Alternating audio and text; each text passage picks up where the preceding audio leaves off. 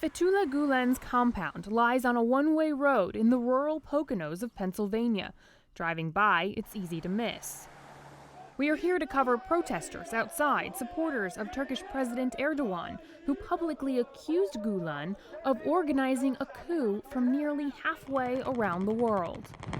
Gülen has been in self-exile from Turkey since 1999 and almost never speaks to the press, so we hold little hope of getting inside. Democracy is the best way for... Mid-interview with a protester, Gülen's guards approach us. To our surprise, they tell us they'll escort us in for a tour. Beyond the gates is a sprawling complex, several buildings, a garden, a pond. Quiet and tranquil, there are few people around as we are kindly told to wait. We might get an interview with Gülen.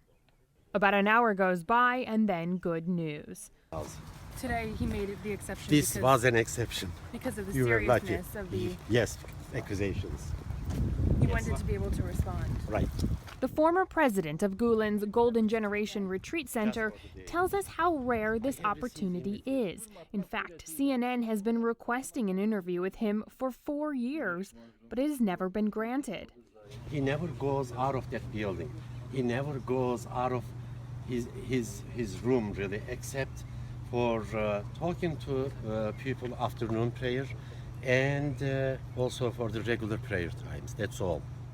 We are escorted in, asked to take off our shoes, and brought to a room where Gülen, who is in bad health, spoke through his interpreter. In my view, doing these kinds of things are a direct betrayal of our nation, a direct attempt to divide our nation, and I do not condone them. He rejected the claims levied by Turkish President Erdogan that he organized any coup. Former allies, Erdogan and Gülen have become bitter enemies.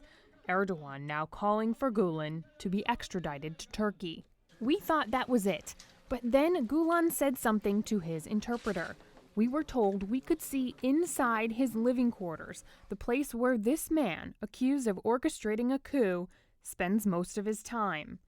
A small, humble room with a few pieces of personal belongings, items from his past in Turkey, which he says he fled to avoid harassment from enemies. One of his aides compared it to a cell. Now, in his late 70s, he says he is in poor health, resting here for most of his days. In his own words, the final days of his life.